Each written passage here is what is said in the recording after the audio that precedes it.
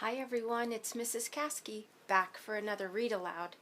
Since this is the week before our Easter break, I thought I would read an Easter book. So, the book I'm going to read to you is called Bunny Trouble. And it's written by Hans Wilhelm. That's a German name, so actually I should probably pronounce it Hans Wilhelm. Okay, are you ready? Well, first of all, let's look at this picture really quickly on the cover. You should see something amongst the Easter eggs that gives you kind of a hint of what this story is going to be about. So I'll bet you're kind of figuring it out. All right, let's get started. Bunny Trouble by Hans Wilhelm. Ooh, look at this picture. That's a nice picture. So we kind of get an idea of what time of year it is. In Montana, we do have daffodils coming up. But that's about it for us right now. Our grass is just starting to peek out of the ground, and maybe some crocus and daffodils are starting to pop up. I have little tulips that are like this big. The leaves are just starting to peek out of the ground. Okay. Once there was a rabbit colony that was different from any other. The rabbits here were in charge of decorating all the Easter eggs for the Easter Bunny to deliver. Everyone worked year-round getting ready. Look at all of them working so hard. Everyone except Ralph. He cared for only one thing in the world, and that was, yep, you guessed it, soccer. That kind of gave us a hint on the front cover, didn't it? Yeah. And then we have a picture here of Ralph kicking the soccer ball, and it knocks the scarecrow's hat off. It worried his mother and his father. Uh-oh. So Ralph looks like he kicks the soccer ball everywhere, no matter where he is. And look what he did. He kicked it up in the light, and he broke the lamp, or the light. Ah!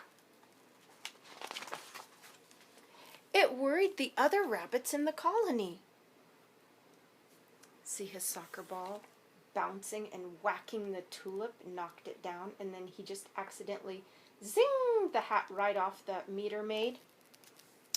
It worried his teachers in the school where all the young rabbits went to learn egg decorating. Where was Ralph while everyone else was hard at work in the classroom? He was outside working on his fancy footwork. Oh, and then he broke a window. It worried his sister Liza, especially when he ruined her birthday party by bouncing the soccer ball right into the cake. Liza loved Ralph more than anyone else in the world, but she knew that one day he would get into trouble. He just didn't fit in. Each year, as Easter approached, everyone got busier and busier. The chickens laid more eggs, the painters, the jelly bean makers, and the basket stuffers all worked overtime. Look at all the chickens working really hard to lay their eggs, and then everybody's working really hard to get the baskets made and get the jelly beans counted. Oh, except for look at these little two right here. I'm not sure what they're supposed to be doing, but they're playing cards. Ralph had to work too, but he had a hard time keeping his mind on his job. Instead, he was thinking about place kicks, and he tried just one, whoops, overwent a full basket of eggs.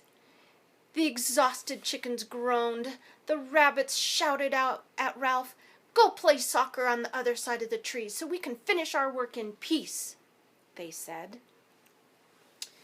He actually used his basket of eggs like he would a soccer ball. I don't know that that was really a good idea. We know what happens when we treat eggs like they're a ball, don't we? Whoops. Ralph was glad to go. He went off to play by himself on the other side of the forest. Here he is kicking the soccer ball over the moose. And then he splashed the soccer ball in the water by the beaver. And then here, someone's taking a nap and it looks like he's going to be interrupted. I don't know that I would ever do that.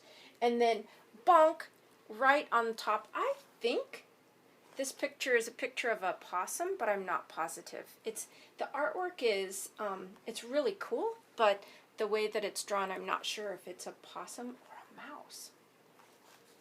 That night he did not come home. His mother wept and wrung her hands. Wringing your hands is like, oh my gosh, I just don't know what to do. This is wringing your hands. Some people do that when they get nervous. I always go like this when I'm nervous. So that's wringing your hands. His mother wept and wrung her hands. Where could he be, she wondered, and with Easter just 2 days away? Morning came, and still Ralph had not come home. Liza slipped out to search for him. She found him not far away, locked up in a cage. A farmer had caught him while he was practicing his dribble in the cauliflower field. Oops. The coach always told us to look where we were going, not at our feet, Ralph joked sorrowfully. Don't worry, Liza told him. I'll go and I'll get help. See him locked up in the cage there. There's the farm that he accidentally dribbled his soccer in the cauliflower patch. She ran back past the busy rabbits calling, Mama, Mama, we must help Ralph. The farmer who caught him is going to make him into Easter dinner. Oh, I knew that bunny would get into trouble someday, wept his mama as she followed Liza to Ralph's cage. Oh boy, look at poor Ralph. He's pretty upset. It had thick bars and a heavy padlock. Goodness sakes, that's hard to say. Padlock. We'll never get him out of there, moaned their mother when she saw Ralph inside. Of course we will, said Liza firmly. I think I can even pick this lock. I can get it open. She's got some skills, doesn't she? We'll see what happens. Oh, Liza worked for hours, but the lock refused to be picked. The bars wouldn't bend. The door would not be pried off. Sorry, I put it off camera there. She's trying everything right now. It's not working. If I ever get free, whispered Ralph, I promise I will never play soccer again. No, Ralph, said Liza, you want to be a soccer player, and you will be, too, but you also have to help with the eggs. And not be such a nuisance, said his mamma. Ralph knew they were right. He promised to do what they said. Hours passed, and suddenly Liza cried, I've got an idea! That will do the trick, but we have to hurry. Ooh, I wonder what her idea is. Can you come up with a prediction? What do you think Liza's going to do to get her brother free? We'll find out. Liza and Mama ran all the way home. In no time, Liza was back carrying a small bundle under her arms. She squeezed it carefully through the bars of Ralph's cage, and then she whispered the plan to him. Okay. The next morning, there was a great commotion around the cage. Oh my goodness sakes alive, look what Liza did. Oh, she's so smart. Inside the cage next to Ralph was a basket of the most beautiful eggs, Easter eggs anyone had ever seen. Some were polka dotted, some were dyed deep purple. I know that's some of your guys' favorite color, purple. And some were painted with rainbows. The farmer's children gathered around. He must be the Easter bunny, they exclaimed with wonder. How else could he have gotten those eggs? We must let him go or there won't be any Easter for us. So the farmer opened the cage door. Ralph ran home as fast as he could. Look at all the different colored Easter eggs in that picture. Wow. I can't wait to see some pictures of your guys' Easter eggs. I bet they're really cool. But Ralph didn't forget Liza's words. He did try harder with his painting. Ralph even became known for one special design, which he did far better than anyone else, and almost as well as kicking, passing, and scoring. What do you think he decorated his Easter egg like? Dun, da, da, da. Oh my gosh, that's such a cute story. And I think it's really important that we talk about, like, what was this story? Does this story have a moral or a lesson? Yeah, it does. And I think the lesson is play is important. You want to do the things that you love to do. But you also need to make sure that you work hard too and do the things that you need to do.